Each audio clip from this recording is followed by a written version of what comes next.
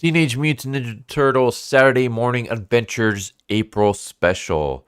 So I'm so excited that we get another Saturday Morning Adventures issue. This is just a one shot. It's a giant one shot, and it's two adventures, one with April and one with Mona Lisa. As long as we're getting more Saturday Morning Adventures, I'm gonna be a happy pirate. But yeah, as I said, we have April in one adventure, and I thought that was kind of cool. Like you have an April focus issue in April, like that's a good marketing gimmick. And then the other half of the series, or I should say the other half of this issue, focuses on Mona Lisa. I thought it was kind of funny. It says, because you demanded it, Mona Lisa returns. I'm like, does anyone really care for Mona Lisa? I don't know. Maybe there's some Mona Lisa fans out there. I never really cared for her all that much.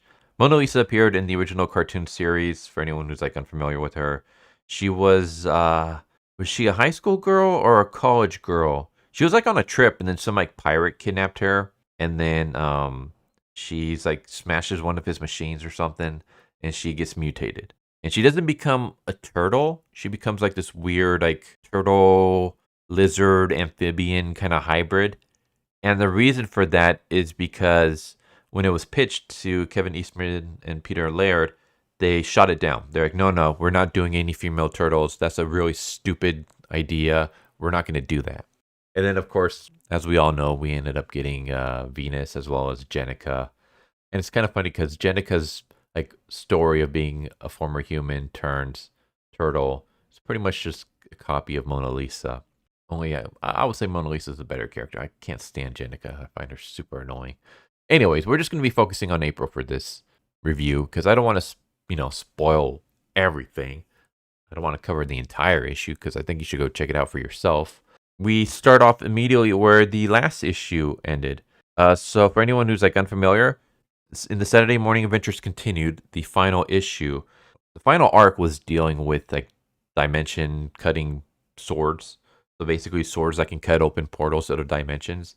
And in the final issue, the Turtles were able to stop Shredder, but because of the way that they stopped him, a bunch of dimensions are opening up, but they disappear after a while. So basically, the Turtles just have to hold off the creatures that come out of the other dimension for a bit, and then they eventually go back into their own world, their own time. And so we have April just doing a report on these and how like rifts are opening up, and we have dinosaurs, cowboy dinosaurs, which I thought was kind of cute to see these dinosaurs wearing cowboy hats, riding on these creatures. Then we even get like presidential dinosaurs.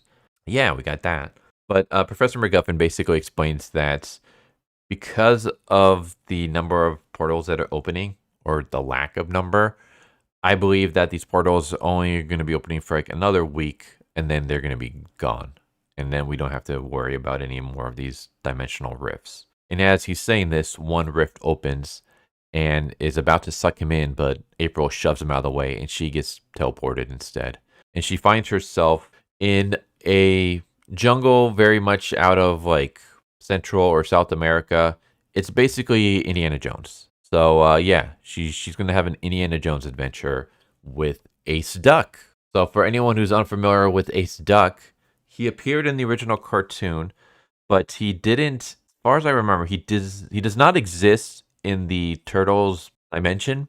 Like he's not someone that lives like on Earth. He's basically just a fictional character from, I don't know if it was a TV series or a movie series. I think it was a movie series. He's basically Indiana Jones.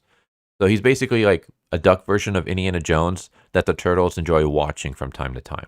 April somehow ends up in his dimension where he's not in a TV show, but he's actually like real. And so he's trying to find this relic. And so, yeah, him and April team up while they try to find this relic. Ace is very sarcastic and constantly cracking jokes at April's expense. So we just see them like, trying to find this relic as they go through this temple. And I do like this, like, I don't know, I kind of chuckled at this moment where Ace Duck is like making fun of reporters and how reporters are just nothing but glorified spectators. And of course, this pisses April off. And she's like, spectators stay at home. Reporters go where other people are scared to go to get their story. Basically, they keep the public informed and make sure the bad guys can't hide in the shadows and telling people like things that they don't know. And I'm like, I wish that I wish that's what reporters did. This is like the opposite now. Reporters don't bring things to light. They're not trying to like put the bad guys in the spotlight. It's the exact opposite. But yeah, I'm not gonna get too much into that. They have to deal with I thought this was kind of funny. It's the goose stepping so and so's. And the so and so's are like the SS. And I like how they use like goose stepping because anyone who knows the that word that I can't say on YouTube, but the Yahtzees, the goose stepping. So here they're actually geese. And I was like, all right, that's kind of cool. And I like the whole like so and so's for the SS. We basically have a goose version of Arnold from Raiders of the Lost Ark. They are able to escape into the temple where they basically just kind of deal with traps and stuff that we see in the opening of Raiders of the Lost Ark. So they have to like jump over pits. They have to watch out for like arrows that are shooting from the walls, snakes, things like that. Meanwhile, the turtles basically they saw April getting teleported. They're trying to work with MacGuffin to see like how they can bring her back. They eventually take him to their lair in the sewers where Donatello has like a dimensional gateway, and they are running like the tests, or I should say, they're running the information that they have from MacGuffin into the machine, and they just keep opening up like portals to other dimensions. None of them are the ones that April is in. And we come back to April, and eventually she gets caught by the so-and-sos. And they're able to find where the relic is at. But it's like booby-trapped, like the pathway up there. So, yeah, the so-and-sos decide, okay, we're going to have April go up there to get the relic and disarm any traps that happen along the way. Ace Duck tells her like how to get there without tripping any of the traps. Until eventually April realizes that if she trips the trap, it'll cause the pathway that she's on to crumble, which means that if she does that, the geese can't get to her. So she trips one of the traps, causing the pathway to crumble, and then she gets to the relic. And what the relic does is it allows you to ask any question and it'll answer it for you. But each person can only ask one question.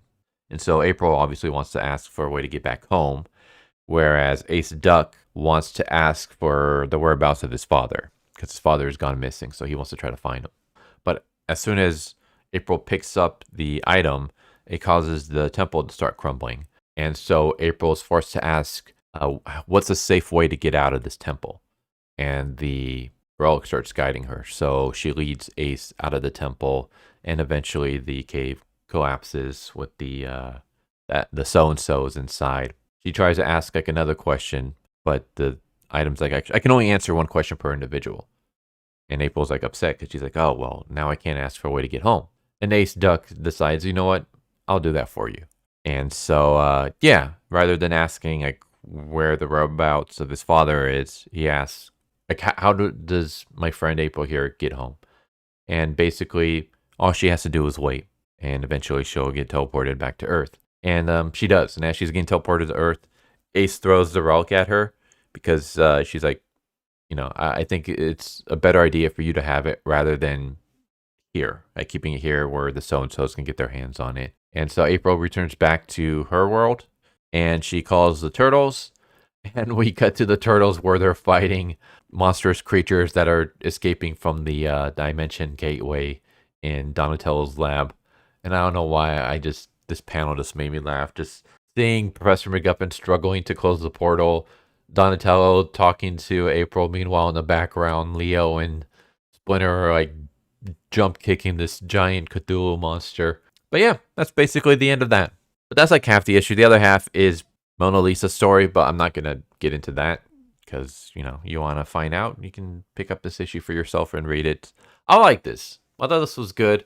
I'm hoping that this isn't like the end of the Teenage Mutant Ninja Turtles Saturday morning adventures. It's nice to just have like this kind of humor and just, I don't know. It reminds me of like my childhood and stuff because this is what I grew up on. I grew up not on these comics, obviously, but I grew up on the cartoons that these comics are based off of. So to see like adventures continuing set in that universe, it's kind of awesome. Yeah, I was kind of sad that it seemed to have ended, but we have this issue, and this is just like a special. It's just a one shot special, but I'm hoping that it's not the end. I'm hoping we get more. So fingers crossed that the Saturday Morning Adventures continues again. But yeah, this was fun. I liked it. Artwork is good. This is a nice like one shot, so you can just pick it up and you get two adventures for the price of one. And it feels very much like just like an old episode that you would see in the 80s cartoon series. That's very much like what it feels like. So if you want to see an issue where April goes on an Indiana Jones like adventure with Ace Duck, pick this up. If you want to see a story where Mona Lisa returns, pick this up. If you're just like a fan of the Turtles and stuff, or you're looking for something for like, you know, a young generation, something for a kid to read, this is definitely like an issue for them. And it was just fun. Like, even though it's an issue focused entirely on April, there's no like hidden messages or pushing agendas or girl power, boys bad kind of thing. I mean, April's able to hold her own, but she does have to get saved by Ace Duck at times. She feels very much like April from the cartoon series rather than like a girl boss or anything like that. And yeah, even the turtles themselves are, you know, there and featured. They mostly have their own little story as they're trying to find April. And then, of course, in the Mona Lisa segment, they have a bigger part, but this isn't like entirely focused on them. And I'm okay with that, like for a special. I mean, it is an April special in April, so I'm totally fine with April having the spotlight for here. But yeah, it's nice to read like a story where it is basically like my childhood. Like, these are the characters I grew up with, these are the heroes I looked up to, and they're not downplaying them. Like, they act exactly like how they would act in the cartoons. It's just a nice, good, fun adventure that's very much in line with what you would see from the cartoons. Yeah, I love this. I thought this was great. So there you go. Teenage Mutant Ninja Turtles Saturday Morning Adventures April special. It was awesome. I recommend it. I loved it. There you go. Hope you enjoyed. Hope to see you next time. Take care. Later. Thank you for watching my video. I hope you enjoyed it. If you didn't, I still want to thank you for watching it this far, and I hope the next one is more to your liking. With that said, thank you once again, and I hope you guys and gals have a good one. Later.